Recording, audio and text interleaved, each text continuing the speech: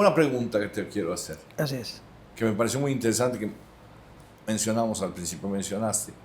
¿Qué aportación, qué le debe Mérida y Yucatán, aparte de los dulces, qué le debe a estas mujeres? 2 siglos que estuvieron funcionando, ¿ah?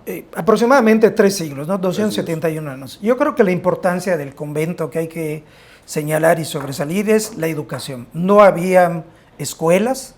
Desde el principio que se funda la orden en 1489 por Beatriz de Silva, que es una portuguesa, uno de los fines de la orden concepcionista es la educación. Por eso encontramos en el convento educandas o pupilas, que muchas de ellas desde de una edad muy corta, 4 o 5 años, ingresaban para educarse, y algunas de ellas ya... ¿Vivían allá, Felipe? Vivían en el convento, vivían dentro del convento. Pero había unas que iban a su casa diario. Las criadas. Las criadas podían salir y entrar. De hecho, el obispo en algunos momentos lo ponían como algo irregular, porque muchas de ellas sacaban noticias y metían noticias, algo que según la regla estaba prohibido. Es decir, lo que sucedía dentro no podía conocerse fuera afuera. del mundo. Pero volviendo al tema, o sea, un punto importante del convento es la educación. Muchas mujeres durante la colonia fueron formadas para ser esposas. Ahí se le enseñaba aritmética, bordados, cocina. Las que decidían salir del convento y contraer matrimonio se integraban a la sociedad.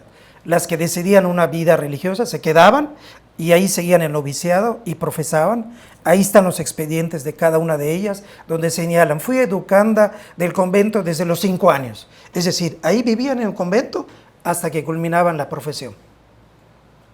Y en ese convento había lo que había en San Jerónimo, en México, que en las tardes los hombres ricos iban a verlas. Exactamente, eso es importante lo que señalas, porque siempre se habla de que las monjas eran de claustro y que ellas no podían salir. Es correcto, no podían salir, pero realmente eso no significa que no hubiera un contacto con el exterior. Este contacto con el exterior lo hacían a través del locutorio, donde la monja junta con unas escuchas, había unas monjas escuchas que le llamaban, que eran 2, escuchaban todo, valga la redundancia, todo lo que decían en la plática. Ahí iban las familias de las monjas, habían autoridades y era muy constante la comunicación, de tal suerte que yo encuentro en el siglo XVIII un obispo que les llama la atención, donde dice que semanalmente había la comunicación, lo que era contrario a la regla. Y él dice, esas visitas deberían ser mensualmente, que es corroborando la información que tú dices. Sí. Con respecto a las fiestas, es muy común señalar el caso de la famosa leyenda del toro agachado, donde el cuñado de Santana, Pepe del Toro, va a un festejo que le hacen las religiosas, le hace mal, y él, yendo en su carruaje, tiene ganas de hacer sus necesidades fisiológicas, él lo hace, se baja, y de ahí viene la leyenda del famoso toro agachado.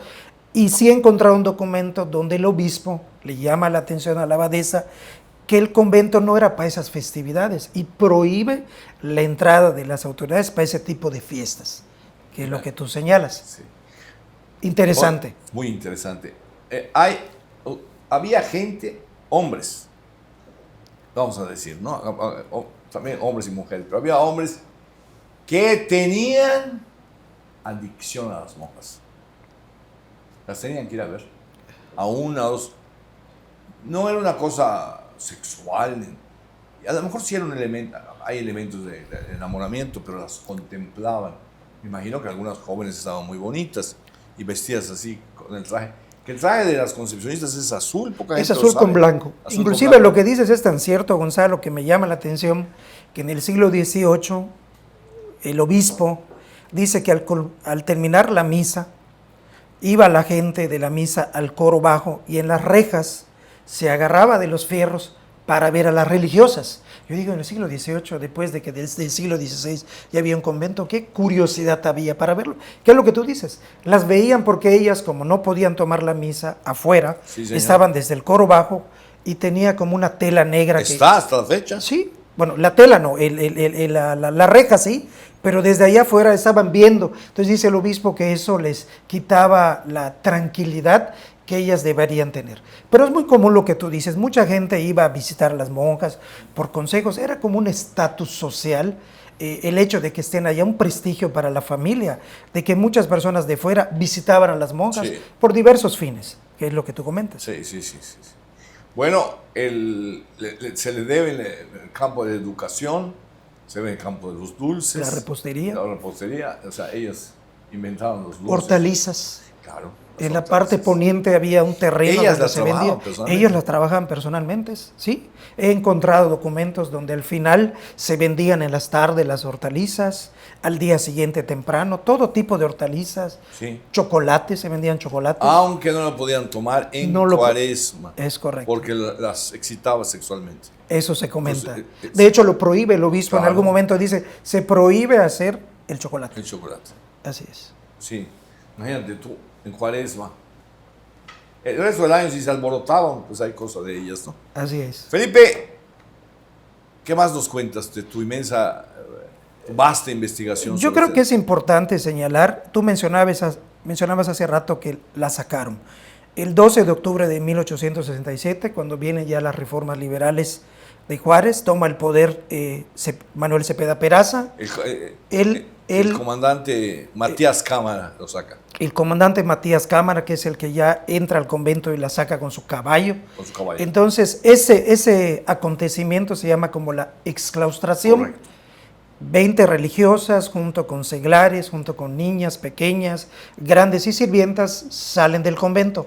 Lo que me parece interesante, Gonzalo, señalar, de que estas religiosas, al salir, forman una congregación de monjas concesionistas exclaustradas.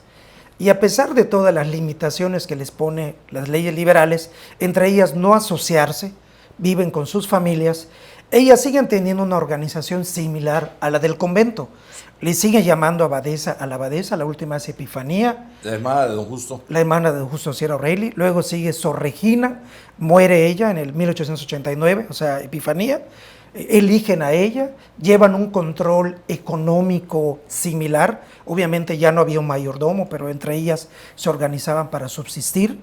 Con los 2,000 pesos de dote que les da el gobierno de los capitales que habían, ellos las daban en renta a las personales, así lo hacía Cayetana. He encontrado los listados. Eran dos hermanas de don Justo. Cayetana y Epifanía. Epifanía. Así es. Entonces, yo creo que es lo que hay que destacar. ¿Cuánto tiempo duró la asociación de exclaustradas? No entiendo.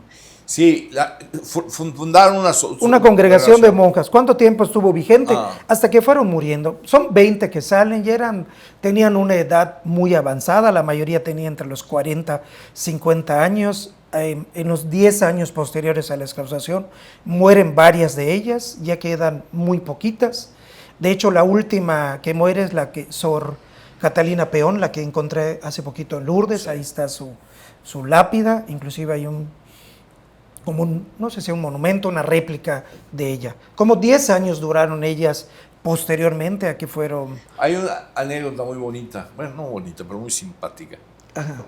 Cuando hace la exclaustración, este hombre, Matías Cámaras, cuando llega a su casa, su mamá agarra un chicote, ¿sí?, y lo chicotea por haber sacado a las monjitas. Le pega una buena... Arranca a correr, desde luego, ¿no? Pero le da sus buenos chicotazos a él.